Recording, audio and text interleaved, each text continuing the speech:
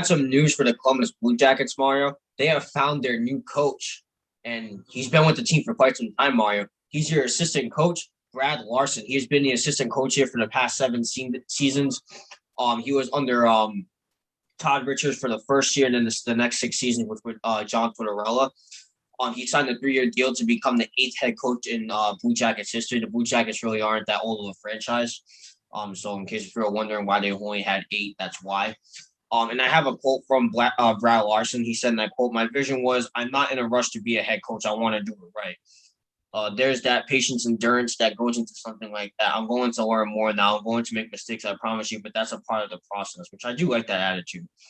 And I have a quote from General Manager Jarmo Pikkalainen. He said, and I quote, "We underwent an exhaustive process in which we looked very closely at a number of outstanding candidates to be the next coach of the Columbus Blue Jackets, and the one individual we kept coming back to throughout was Brad Larsen." Also said, "It makes me proud to promote Brad to our head coach because he's earned it." So yeah, Mario, I'll let you start off first since this is your team. But before I do, the article was written by Greg Wyszynski of ESPN. So I'll let you start off first. What do you think of Brad Larsen becoming your new head coach? First of all, congratulations to Brad Larsen. I mean, he's been with the team for quite some time. So I am happy that he's finally getting his chance to be a head coach in the NHL. Yeah, Nate, his only previous head coaching experience was from 2012 to 2014 with the AHL Springfield Falcons, and his team made the playoffs in both seasons. So that's some relieving news as a hockey fan, or especially a Blue Jackets fan. He had an 8-season NHL career as a winger for the Colorado Avalanche and the Atlanta Thrashers from 1997 to 2008. And yeah, Nate, first of all, sometimes it's good to get somebody who's still within the organization because they know it so much, depending on how long they've been there. And Brad Larsen has been there for a very, very long time. He's been through the ups and downs that we've had with the Columbus Blue Jackets. I do wish him the best of luck. I really do. I think this is a good signing. I do like it because I was thinking about a bunch of head coaches that, haven't signed with the Columbus Blue Jackets yet. But when you really look at it, Nate, I do like this signing by them because it is somebody who knows the organization, who knows the players, and who's built a strong bond with the Columbus Blue Jackets and is going to do whatever he can to help us win. And like he said in his quote, and I do like it too, I do agree with you, Nate, this is a first when he said, "I'm not in a rush to be a head coach. I want to do it right." There's that. He said he's going to make mistakes, and he says, "I promise you that's part of the process." And I do like that, Nate, because again, at the same time, you can't expect that. It doesn't always happen where you see a coach come in and they're like, and next thing you know, they won the championship. They won the NHL Stanley Cup. That doesn't happen a lot. So I do like his attitude of, "Hey, look, I'm going to make mistakes. I'm not in a rush to be the head coach, even though he is. I'm not in a rush to be that. Okay, but just know, I promise you, it's part of the process and it's going to take time." Here's my only problem with this quote, Nate. You got 3 years. Your process so far is going to be in 3 years, because after the 3 years, you're not promised you're going to get that job back. We could be standing here 3 years later talking about how breaking news, Brad Larsen and the Columbus Blue Jackets part ways. That we don't know, Nate. What I will say is this. The 3-year span that he has, that's his process. Do enough in that if your process continues on for 3 years, after 3 years, that's cool.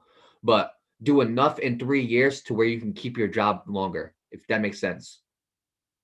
So regardless, though, he's been with the team for 7 seasons. He spent one under Todd Richards, and then he ended up serving 6 years on the bench with Tortorella. I do wish Brad Larsen the absolute best of luck. I'm glad that he's finally getting his NHL head coaching experience, because he did have one in the AHL. He did a decent job. He took his team to the playoffs 2 times.